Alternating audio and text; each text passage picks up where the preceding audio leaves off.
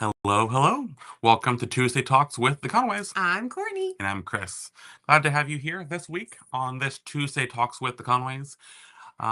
We are happy to have you on. Joy, so glad to have you here. I hope you got enough sleep last night. Mm. And then we always greatly appreciate you sticking with us tonight over at night, even though you Yes. got to get up super early. We're all thankful for all of you for coming on. We'll just give everyone a chance to join. Joy is sick again a little bit. Oh, I hope you feel better soon. Me too. I was sick over the weekend too. My beautiful, beautiful daughter, whom I prayed for a very long time, gave me strep throat. Yeah. But thankfully, strep throat, once you get on antibiotics, it's pretty fast from there. So quick recovery. So hopefully you get better soon as well too. So um, we've got a good topic for you tonight. We're having lighting things. Yeah, I don't know. Like nothing, literally nothing in here has changed, but The lighting it's, hates us. yeah. I don't know. Um, but yes, at least it's not horrible. Hey, Devin, glad to have you here on YouTube as usual. So glad to have you all here.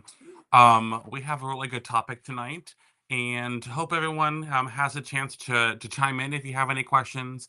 But if you want to listen to any of your previous podcasts, they are available video wise on YouTube. As well as on Apple Podcasts and Spotify Podcasts. So feel free to catch up on our previous ones there. Hey, Lydia, glad to have you here too. Hello. And all of our friends on Instagram. Excuse me, guys. All right. So we had that deep freeze, and now we're kind of in a warmer phase. So Yeah. we'll see. It almost felt like spring outside earlier today. It was beautiful, and then it rained and got cold again. So, yeah. Yep, fun times. So the weather never seems to pick a season. Nope. So, but I'm glad we're not having the super deep freeze. Yeah.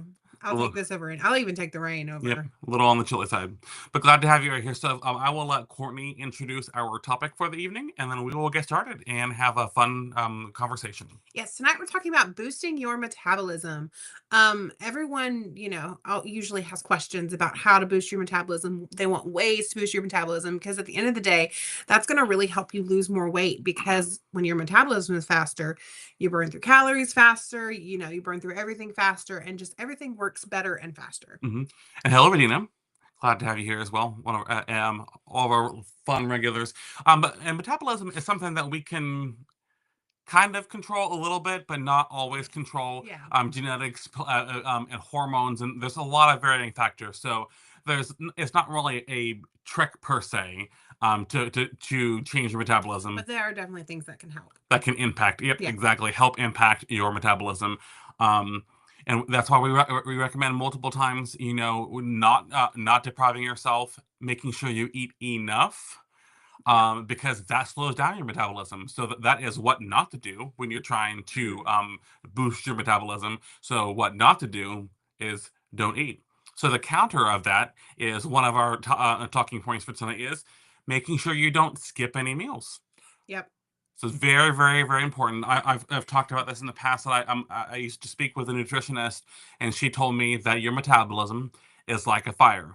If you don't eat often enough, it will go out, and you don't want that to go out. So kind of stoke the fire, and Joy is a really big proponent for having eating more times, but you can have smaller portions. So have a small breakfast, and then have a snack, and then a small lunch, and then a snack, Yeah. and then a small dinner, and then another snack. So you can eat throughout the day many, many times, but just have smaller portions and make sure you fit it within your day.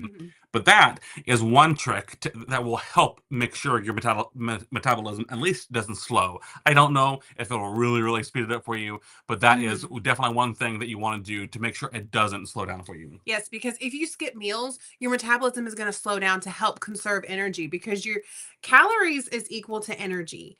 And so if you're not getting those calories, even if it's just a little bit, like I've even done just like I've mentioned it before, like just eating grapes here and there just to kind of continuously have something in me. But like by the end of the day, it equals like a cup or two of grapes. Yep. But it makes me feel like I'm getting something when I'm feeling snacky. And it's also helping that metabolism. It's going to help my body to not conserve the energy. It's going to help it use it. By having too few calories, you can trick your metabolism in thinking, oh, he's not getting enough food or she's not getting enough food. Let's slow down to make sure we don't die. And obviously you won't die. But you know what we mean. Make sure you eat enough so your body doesn't worry where the next meal is Mhm. going to come from. Yes, and then Devin mentioned that that when he's trying to get his metabolism going, he has more protein like steak or chicken, and that was actually one of our points, Hmm. was to eat more protein, consuming lean proteins like meat, fish, eggs, dairy. So it doesn't always have to be meat. Um it can increase the energy needed for digestion, which will also make your metabolism be a little bit faster because it needs to burn more of it, if that makes sense. And Devin, I love shrimp. Shrimp is probably one of my favorite things, and it's really, really lean. You can have a lot of shrimp for a few calories and a lot of protein. Absolutely. So, all those are good. Steak is really good. Although for me with my my cholesterol, I try to lower my red meat intake. So I kind of lean into those other ones like the chicken breast. What he mentioned shrimp. I do a little bit of lean pork too. Do still have the steak, but Love a keep good an eye steak. on that. Mhm. If you have high cholesterol, other types of things going on, but protein definitely was one of our um, talking points. So Yep. great, great tip. Protein definitely it does a lot of things. Mhm. It helps your metabolism. It helps you feel full longer, so you're less likely to overindulge. And it also is good fuel for your muscles, especially if you're doing any kind of strength training. Definitely want to make sure you have that protein to rebuild those fibers as you're tearing them down when you're doing strength training. Yes, and that actually goes with another one of our talking points is exercise and activity are great for your metabolism. The more you move, the more your body's going to burn, which also means the more your metabolism is going because your metabolism is helping you burn through those calories. Hmm. So strength training, like you mentioned, is one of those ways you build muscle by lifting weights, which also you know what I'm trying to say here. Yes. So as you build your muscles will burn calories That's at yes. rest. So the more muscles you have, you can continue burning calories even when you're sitting down. For example, if you do, a 30-minute strength training exercise, your body will continue to burn calories well after the exercise Mhm. ends. And then as you're building more muscles, a leaner body will burn more calories at rest than let's say a less lean body. Mhm. So that's also going to be really good for your metabolism is to strength train and build those muscles. Yes, because the more muscles you have, the faster your metabolism typically is because of all that it's burning. Absolutely. And then the next, we love high intensity Hi, Layla. workouts. We do sometimes I like to do the HIIT, so the high intensity interval training. Those are also really good, Mhm. especially if you have a hard time keeping up the high intensity workouts. And it's been ages, but we talked about workouts in kind of target heart rates and whatnot. Mhm. It's really good to get a really good intense workout and get that heart rate up real high. It's called zone 5, but you don't want to stay in that zone 5 for too long, and you also don't want to do it too often. So they recommend really kind of pushing it once, maybe twice a week. But that is also really good for your metabolism. Go in there and get your heart rate up. Keep it up as long as you can, or do the interval training. That is really good and does wonders for your metabolism as well. Mhm. And then another thing is just staying active in general. It Hmm. doesn't even have to be workout related. Like one thing that we do sometimes is we'll park in the back of the Hmm. parking lot. And so we'll have further to walk. Hmm. Taking the stairs, I will sometimes just walk circles around my classroom at work, especially if the kids are just sitting and playing. I will just walk. That way, one reason is I have eyes on the whole room at all times. Hmm. But it also just I'm getting my steps, I'm getting some activity, and the more active you are, the faster your metabolism, the more you're going to need to burn. So even if you're not exercising, just staying active in general, Hmm. get up. Like if you're watching a show, get up during commercials and march in place. I've done that before. Hmm. If you're cooking in the kitchen, walk around. I walk back and forth in my kitchen while I'm waiting for water to boil or something. Hmm. You can find ways to be active without actually having to work out because some people just can't work out. Hmm. They just physically can't. But you can still find ways to be active even if you can't do that. Exactly. And I mentioned that I have a standing desk. I don't have to really be doing anything crazy. I don't have to get my walking pad out and walk physically. Just standing um, it's going to burn more calories. I don't have to be moving, jumping around, doing jumping jacks, just standing for 10 to 15 minutes, an hour. Will, by the end of my workday, I will have burned more calories Mhm. than if I literally just sat at my desk all 9 hours of my shift.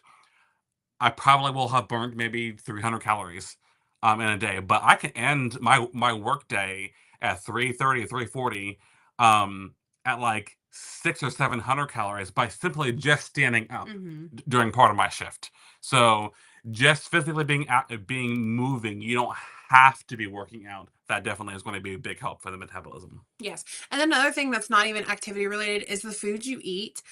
Finding things that are rich in fiber, those actually take more energy to digest, which will kind of force your metabolism to get going. So high in fiber foods, a lot of whole foods like vegetables, whole grains, a lot of those have more of the Fruits. fiber in it. Some fruits have more of the fiber that's going to kind of force your metabolism to go because it takes more energy to digest those things. That's also another reason why the fiber kind of keeps you full longer because it's going to take longer to digest it because it takes more energy. Mhm. Absolutely. So the whole foods, granted, it is challenging sometimes to get our foods And in. we just Sometimes, actually had this yes, conversation we today. did. Courtney had a talk with her coach, and she recommended the Whole Foods, and Whole Foods is always going to be the way to go if you're able to. Hmm. But when it comes to meal prepping and time, and sometimes grocery shopping, the cost of the Whole Foods can get a little on the expensive side. So as much as you can get in the Yes, Whole there are Foods. definitely swaps you can do Mhm. here and there um, without having to change everything you eat. Mhm. Absolutely. So when you can, but it goes back to also the complex carbs. So those whole grains, or the things that are rich in fiber, it Hmm. does take longer for the body to process. So your body actually has to consume calories and energy to be able to process that food to turn it into energy. So it makes it a little bit more efficient. Absolutely. And then another thing that we talk about all the time, like probably in every other live that we do is staying hydrated. Water is going to definitely help your metabolism. If you don't have enough water, your metabolism is going to slow down. That's Mhm. just it's just a fact. So making sure you're staying hydrated. Yes. Um, and then also just make sure that it's just good overall Yeah. to keep things moving. If you have that fiber, but then don't have the water, then that can cause you to Have get some backed up. issues, yes. Not fun for that. So just hydration it is really a lot of these things are just really overall good things to do. It's good to have protein. It's good to be active and move. It's good to not skip meals. Overall, it's good to stay hydrated. But these things are all interconnected Mhm. and will help your metabolism at least not slow down. Yes, and one thing that people don't think about is caffeine can actually help, and things like teas can help. It's going to boost your metabolism. Sometimes Chris will just have a coffee as a snack. Mhm. And it helps him stay full, but it's also going to continue to get that metabolism going without something like, a different kind of food. I killed two birds with one stone. I'll have an espresso with protein milk, so I have that caffeine that gives me an energy boost. But then I have that protein, which helps keep me full, and that is a snack. Stephanie mentions fiber supplements. We definitely do fiber supplements. We do. We do what's called a phylum husk, which is kind of the just generic version of Metamucil. Metamucil, yeah. It's the orange flavored powder stuff. We definitely recommend doing that. You don't have to though. Mhm. I would suggest like keeping track of how much fiber you have Mhm. because some people without fiber supplements, like I know somebody that has like 50 or 60 grams of fiber a day. They Mhm. don't need supplements. Yes. Me, on a good day, I have 5 or 6. Yeah, we struggle sometimes to get Mm. in our fruits and veggies, which have the fiber. I Um, don't like most vegetables, and most of the vegetables that have more fibers, I don't like. mhm. So if you don't have enough of it in your regular diet, you definitely can have supplements. Mhm. Also, there are different kinds of fiber. There's soluble fiber and non-soluble fiber. And then one thing that we have recently found that we like is Olipop or those kind of like probiotics, prebiotic drinks. The Olipop and there's one that we found called Cove. They have 5 and 6 grams of or not protein, fiber. Hmm. And That's pretty significant for a drink. Mhm. That's actually how much our fiber supplement has in 2 teaspoons is 6 grams. Yes. Um, so we've been incorporating those into our daily diet as Mhm. well. Yes.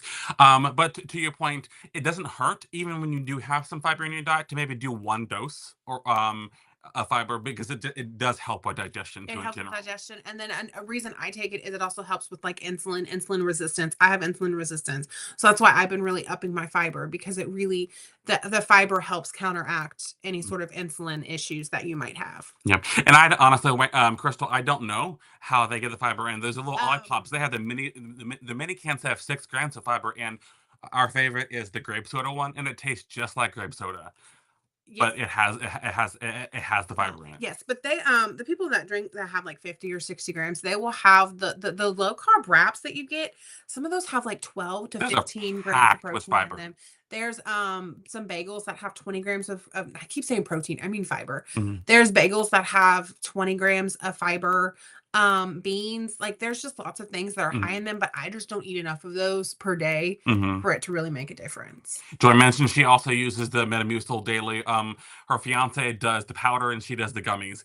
I've not really had super success at the gum with the gummies, so for me, the powder works best. Hmm. But we just use the generic brand. So Yeah. like Publix, Kroger, CVS, they have their own brand, and it's just Phylum Husk. If you looking for the generic version, but the name brand, there's Metamucil, and they do the same thing. Hmm. So yes, and if you are considering that.